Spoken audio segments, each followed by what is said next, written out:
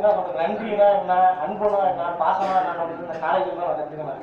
ஏன்னா 10ஆவதோட ஃபைலாகி லேபராக ஒரு 20 வருஷம் வேலை செஞ்சேன். கல் மண் கடப்பாடத்தை தான் பார்த்துட்டு இருந்தேன். நான் பாசமா என்ன, நண்பர்கள்லாம் என்னென்ன நண்பர்களே எனக்கு கிடையாது. இங்கே வந்து தான் நண்பர்களுடைய அவ்வளோ விட்டு கொடுக்குற மனப்பான்மை, எவ்வளோ நன்றினா என்ன, விசுவாசம் என்ன, எல்லாமே நான் இந்த கல்லூரி வந்து தான் நான் கற்றுக்கினேன். இந்த நேரத்தில் எங்கள் அப்பாவை பற்றி பேசி ஆகணும். எங்கள் அப்பா வந்து எனக்கு 32 வயசுக்கு சாப்பிடக்கூடாது. 32 வயசுல எனக்கு வேலை வரல. ஆனால் எங்கள் அப்பாவுக்கு எல்லா வேலையும் செய்யுங்க. கை கால் அமைக்க ஒருத்தர் நகை வெட்டி ஒருத்தர் கடைசி நேரத்தில் முடியாத போது கால் கூட கழுவி விட்டேன். ஆனால் எங்கள் அப்பாவுக்கு நான் ஒரு வேளை சாப்பாடு போடல. ஏன்னா இறந்துட்டாரு எங்கள் அப்பா.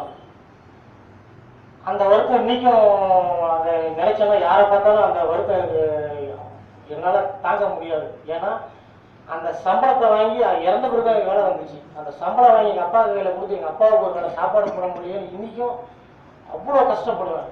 ஆனால் எங்கள் அம்மா என் கூட இருக்கிறாங்க. ஒரு சின்ன சின்ன விஷயம் அந்த நீங்கள் சார் சொன்ன மாதிரி மனஸ்தாபம் இருக்கும். அம்மா சொல்கிறதையும் காதில் வாங்கிக்குவோம், எங்கள் மிஸ்ஸஸ் சொல்கிறதையும் காதில் வாங்கிக்குவோம். ஆனால் 2 பேருக்கு எதுவுமே சொல்ல மாட்டாங்க. ஒரு நேரம் உங்களோட சொல்கிறது வேஸ்ட்டுன்னு கூட சொல்லுவாங்க.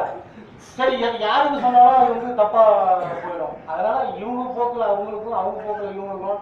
அம்மா ஒரு நேரம் கஷ்டமாச்சுன்னா நான் இங்கே போயிடுறேன், அங்கே போயிடுவாங்க. நான் இருக்கிற வரைக்கும் நீ எங்கேயுமே போகக்கூடாதுமா, என் கூடவே தான் இருக்கணும். சாயந்தரத்தில் வந்து டெய்லி நான் அவனை பார்த்தா தான் எனக்கு நிம்மதியாக இருக்கணும். ஆள் இல்லைன்னா கூட தேடுவேன். அலெக்ஸுக்கு தெரியும், எங்கள் வீட்டில் வந்துருக்காரு. எங்கள் அம்மா எப்படி பண்ணுவாங்க, கொஞ்சம் கொஞ்சம் மைண்டு ஒரு மாதிரி அந்த மாதிரி பேசுவாங்க. இப்போ குழந்தை மாதிரி ஆகிட்டாங்க.